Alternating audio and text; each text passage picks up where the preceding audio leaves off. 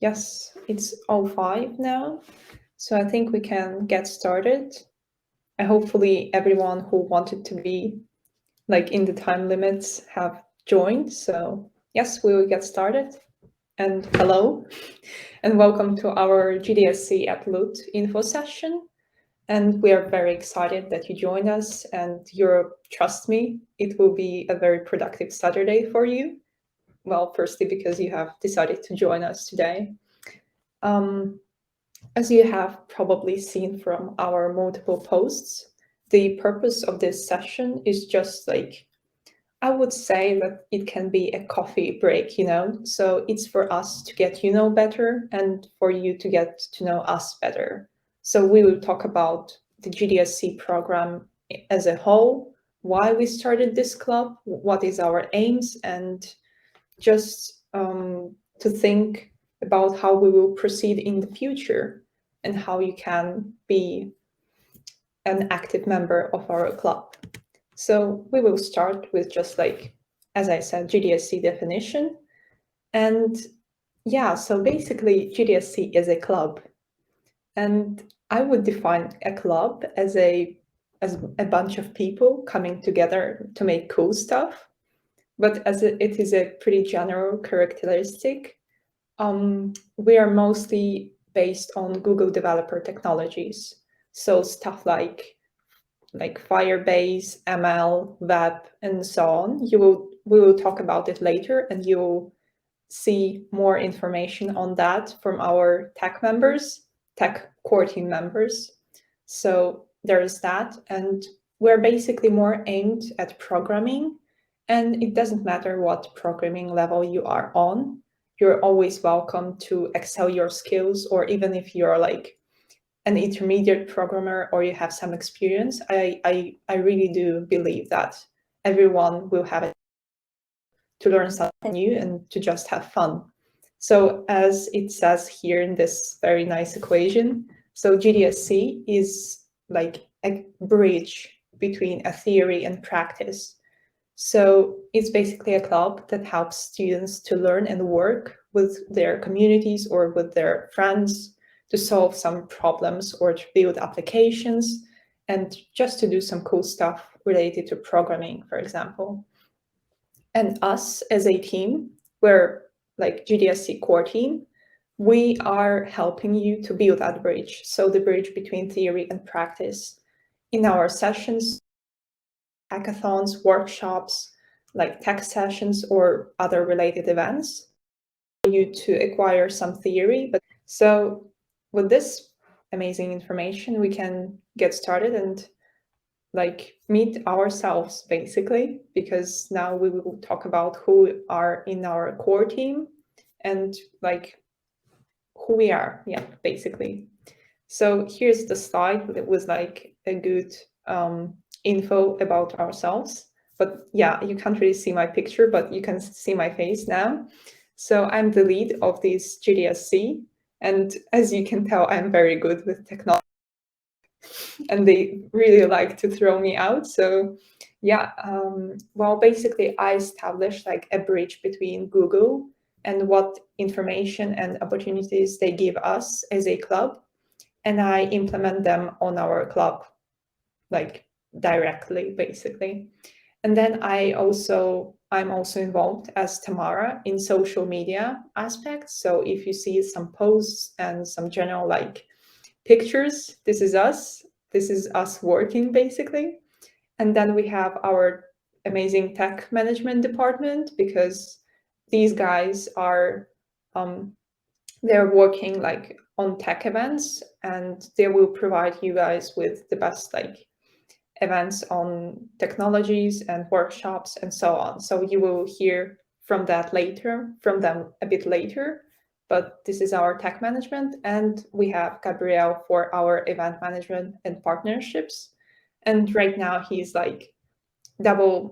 basically double tasking, or multitasking. Yes, this is the word.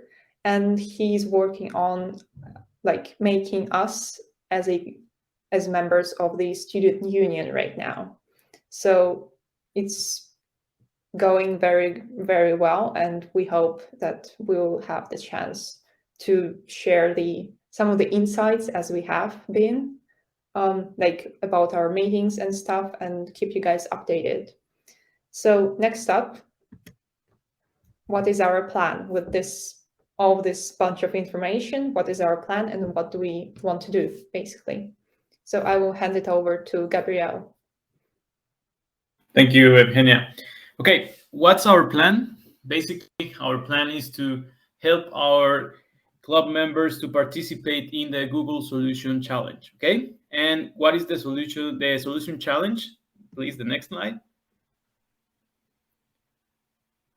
Okay, the Solution Challenge is basically a contest where Google give all clubs a problem, okay, and the club members have to form groups up to 4 people, and within these groups, the members of the club have to propose a solution, okay, a solution to this problem given by Google, using at least one Google technology, okay. And also the club members can use any other technologies they think that it could be useful for them to propose the solution, okay. At this point, Google is going to evaluate the solution that you are proposing in 2 main aspects. The first one is the impact, which means basically if the solution, if it is a real solution to the problem, the scalability of the solution, and also if the solution has already been tested with real users. This is a very important aspect because Google wants to check if your solution is real. It is not only a paper-based solution, okay? And all of this has a value of 60 points, okay? And the other aspect that Google is going to evaluate as part of the challenge and the solution you are given to the problem is the technology, okay? The technology part has a value of 40 points, okay? And basically in this part, Google will evaluate how did you use the Google technology and all the technical aspects that take part of your solution, okay? And the next solutions challenge will be announced in January 2022, okay? And just to give you an idea, next slide, please. Which was the solution for this year, okay? For this year, the solution challenge was basically to propose any solution regarding the one of the 17 United Nations Development Goals. And who were the winners of this year? Next slide, please. We had 3 winners this year. The first one was the Menti Cutters, who basically they developed an app to support the caregiving for dementia patients. The other winner was the Eye of God, a project that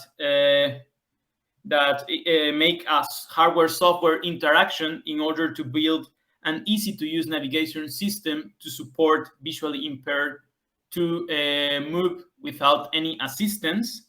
And the third winner of this year was the iRise initiative, which basically proposed a system to avoid or to reduce the information gap between the local government, the communities, and the disaster management offices. So as you can see here, we have solutions that use not only software, but also hardware, okay? And next slide, please. So taking into account this information, right now I have the question for you. Are you ready to take the challenge for this year? And with this question in your mind, I give the word to Artemi. Yep, thank you, Gabriel. Hi, everyone. My name is Artemi. As Evgenia said in the beginning, I'm a core team tech management member. I'm a second-year master student of LUT, and my major is software engineering and digital transformation. So here we're going to give you a short overview of the topics we're going to cover during this academic year. If you want that we focus more on a specific topic or you want to suggest your own, please answer our short survey. It takes just less than 1 minute. Yep, next slide, please.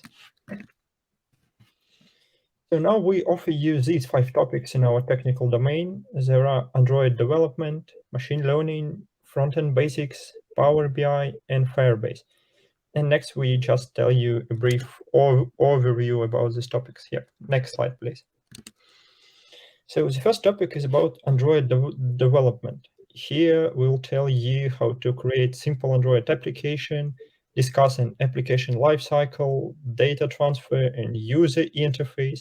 We will also discover how to work with notifications, permissions, and security aspects in your application. After some basics, we discuss how to publish your application on Google Play Market and what criteria it must satisfy in order to be available for users.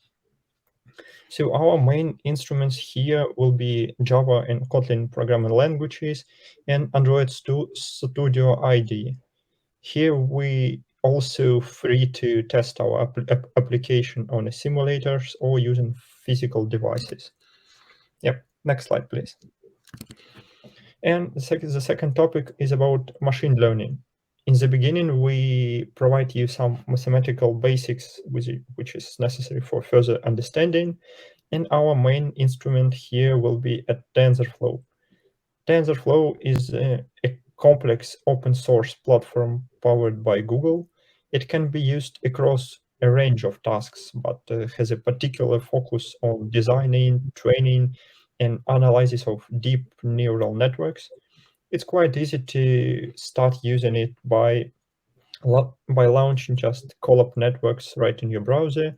So here we will discuss how to create simple neural networks and machine learning models for your tasks based on a specific data sets. And that's it from me, and further my colleague Ahsan will continue. Hi guys, my name is Ahsan Munir and I am last year student of MBAN Business Analytics Specializations Computational Engineering, and this domain is related for the data sciences. Well, today I will briefly give you an introduction about the front-end basics, the HTML5, JS, and CSS3. These are the main building blocks of a web application based on web browser or even on mobile applications. So HTML5 is the basic building block for the structure of web pages, and along with the CSS for the styling of, you can say, cascade style sheets for the stylings of the elements of the HTML5. So, and the JS, we have JavaScript, and is a text-based programming language used both on client side and server side, that always used to make a web pages interactive. Where HTML and CSS are language that give structure and style to web pages. JavaScript gives the web pages interactive elements that engage a user and enhance the user experience. The common example of JavaScript can be that a search box in your any website that you're searching for, let's say in Amazon, or refreshing your Twitter feed, or even a small slider, a carousel slider that's changing images with a span of a time, or in any website homepage. Nowadays, the main front-end development is developing on JS technologies. There is Angular JS, Node.js, or React.js. For me, that React.js is most popular nowadays in the industry. What is React.js? React is basically a free and open source front-end JavaScript library for building user interfaces components to enhance the user experience. And it is mainly maintained by Facebook and a community of individual developers, and React can be used as a base in development of single page or multi-page web applications, or even in mobile applications. The hybrid application that we nowadays saying that React or using Node and MongoDB. So these kind of applications. Next, please. Now, the Firebase. The Firebase is the nowadays its main backbone for cloud messaging, or the prediction, the alpha beta testing of your mobile applications, or in-app messaging, the remote config of your applications, or dynamic links. And the another part of the Firebase is that it gives you the statistics, and that how your users are interacting with your applications, and number of users of installed, which activities the people are interacting more about your applications. And basically Firebase is, in general, Firebase is a development platform known originally for its real-time database that's still at its core multi-node and key value database optimized for synchronizing data in real time, either between user machines or smartphones, between machines meant to sit at your servers and the smartphones real time. And the center storage is in the cloud. So the main perspectives or using Firebase is cloud messaging, in-app messaging, and remote config. The FCM is a Firebase Cloud Messaging, is a cross-platform messaging solution that lets you reliably send messages at no cost. Let's say, for example, if you're using some application and you receive the push notifications related for the application in your mobile phone, and everything is managed by Firebase, most of the applications. Can you please run play the video?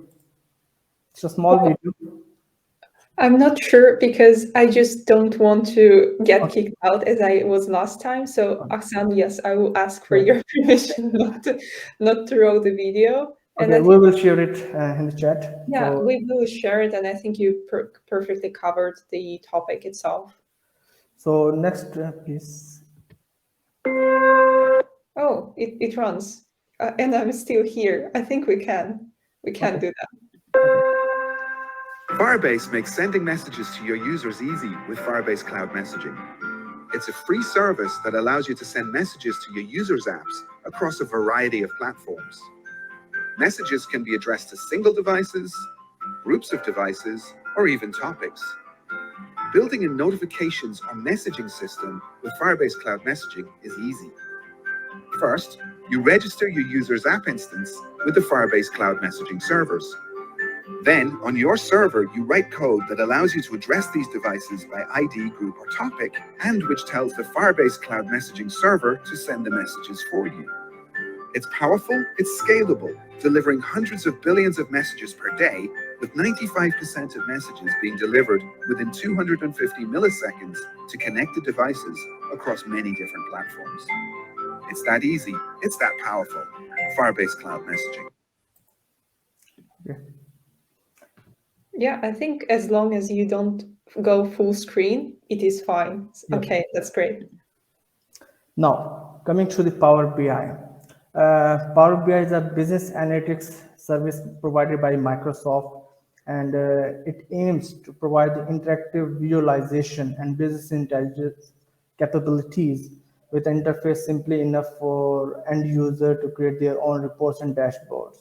As you can see in this screenshot, that this is a sales report, and it's interactive reports, and it can be drilled down to seed levels to analyze the sales of based on different segmentations and on different plottings. So it's basically ready for the data representation, data visualization. The raw data will be in a more interactive way to make decision rapidly or on real-time decision making. It helps. So next, I will hand over to Tamara.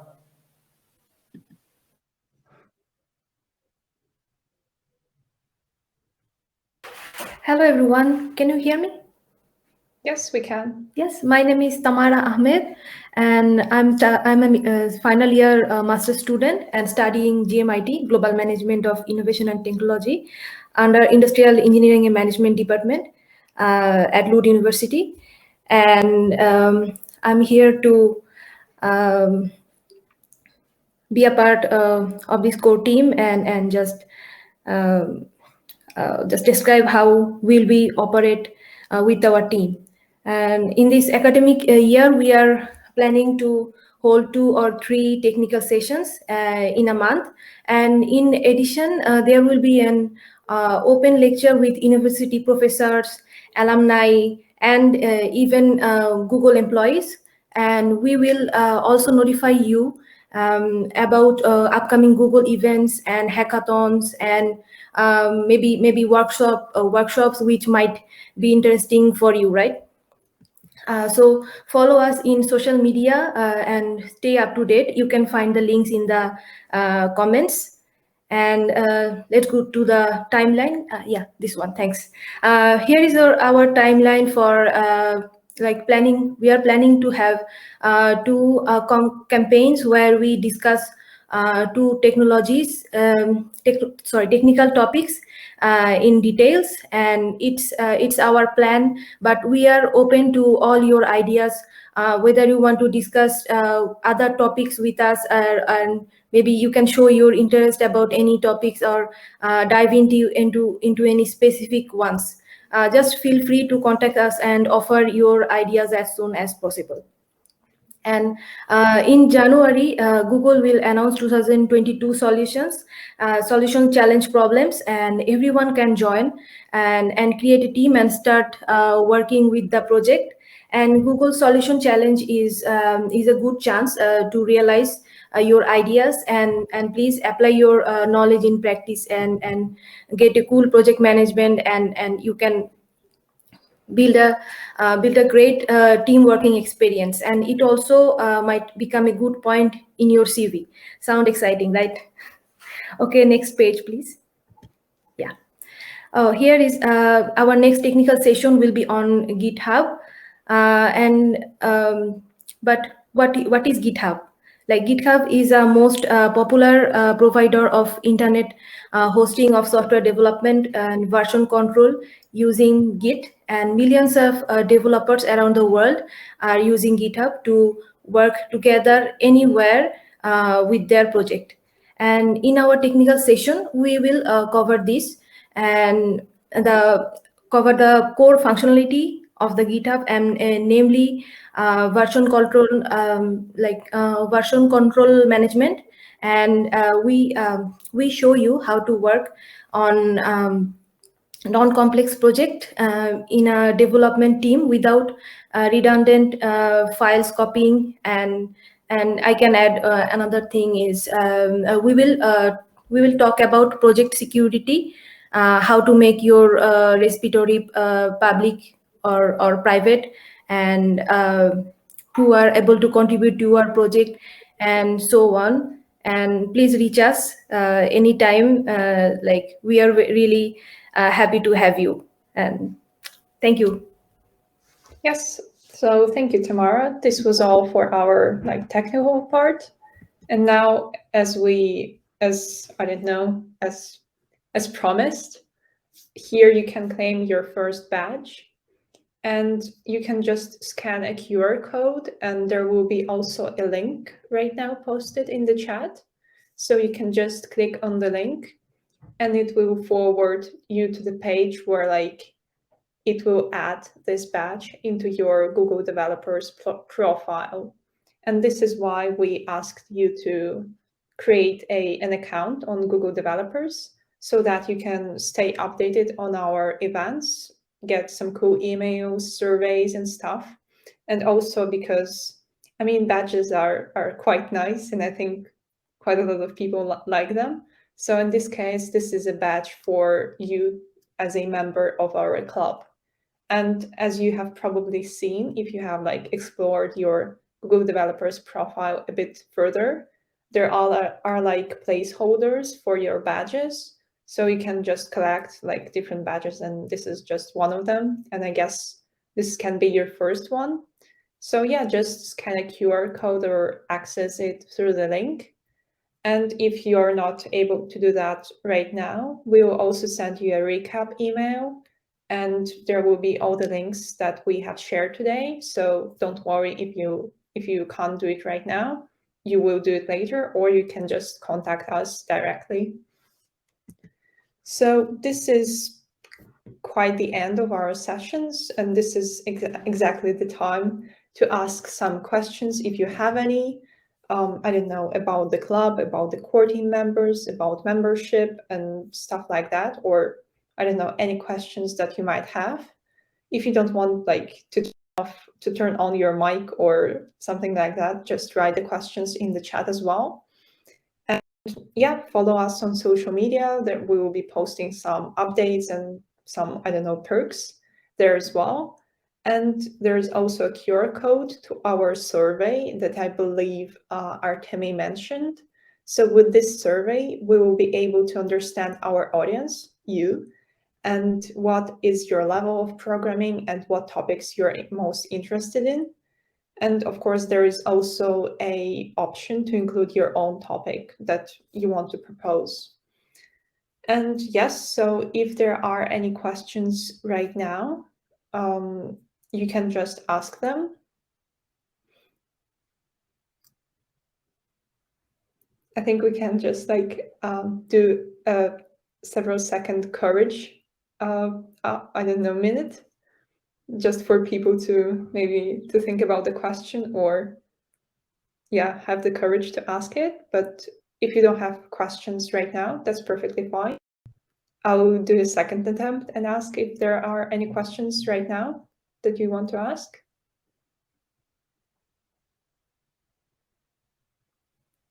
I think that silence meant that probably no.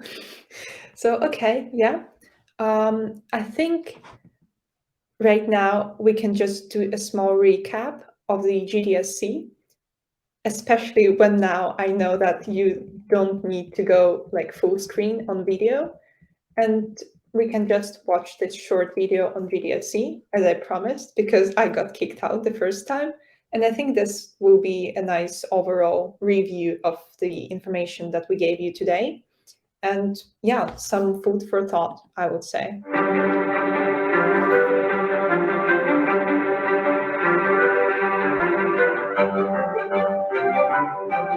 Developer student clubs are university-based communities where students learn about Google technology and use their skills to solve local problems. There are over 700 clubs all over the world. From North America to Europe, Africa, and across Asia, we encourage more students to join or start a developer student club at their university. Some students have overcome personal barriers with the help of their DSC community on their journey to become developers. These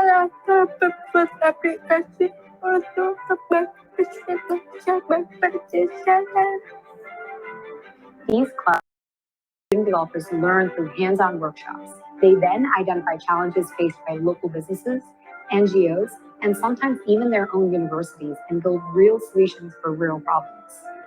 The workshops that we had was Firebase, Actions on Google, and we're about to do ML. It's an amazing experience to learn about the impact that the technologies provide in our local communities. DSC is a family, and it's not just about the programming, it's about the learning of teamwork and leadership.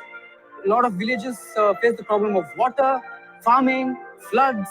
Maybe we can develop applications to solve this problem. Might be very ambitious for us as students to say that, but nothing is impossible. We can do it. Developer student clubs around the world have already impacted so many students in their universities and people in their community. The future is bright for the next generation of students.